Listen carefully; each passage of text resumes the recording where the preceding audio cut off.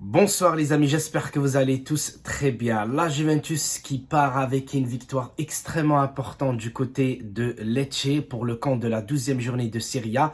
La Juventus qui a très mal débuté cette rencontre avec, malheureusement, oui, là je peux, pour une fois, je ne veux pas incriminer Massimiliano Allegri puisqu'il a 11 joueurs out. Et les 11 joueurs out, c'est, on va dire, 7 ou 8 joueurs quasiment des titulaires comme Bremer, Chiesa, Vlahovic, Paul Pogba et Di Maria.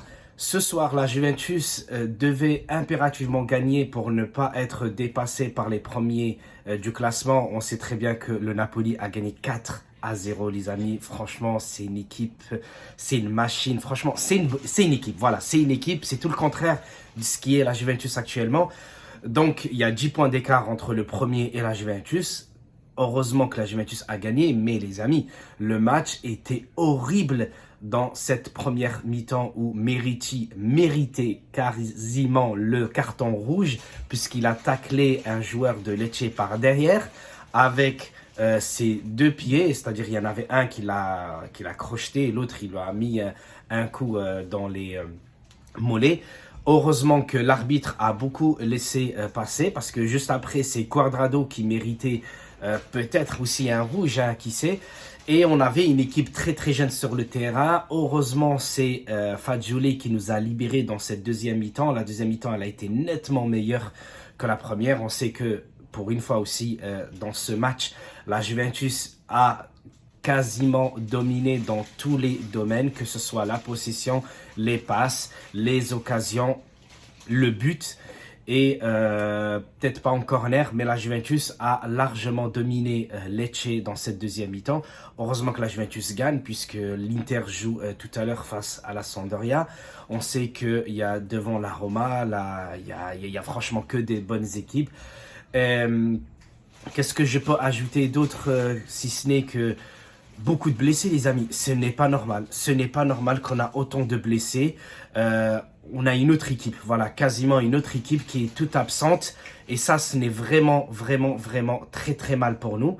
Parce que Massimiliano Allegri, voilà, je le défends sur ce match-là parce qu'il ne peut pas faire mieux que de faire jouer des joueurs qui n'ont quasiment aucune expérience en Serie A, notamment les jeunes, que ce soit Iling, Meriti, même si Meriti a joué quelques matchs cette saison, Fagioli, Gatti. Franchement, ce n'est pas facile actuellement à la Juventus, mais ce n'est aussi pas une raison, puisque ce qui m'énerve, voilà, là je vais attaquer à Massimiliano Allegri. Ce qui m'énerve vraiment dans cette équipe, c'est qu'il n'y a quasiment aucune cohésion quand l'équipe elle joue sur le terrain. On voit que les joueurs, quand il y en a un qui marque, tout le monde est très content. Quand il y en a un qui se blesse, on sait que tout le monde est solidaire. Mais sur le terrain, il n'y a aucune tactique. Si ce n'est que, voilà, toi tu joues défenseur, toi tu es au milieu de terrain et toi tu es en attaque. Mais quand le jeu commence, tout n'est pas coordonné. Donc tout ça, voilà, ça me dérange. Donc sur ce, voilà les amis, je ne vais pas en rajouter plus.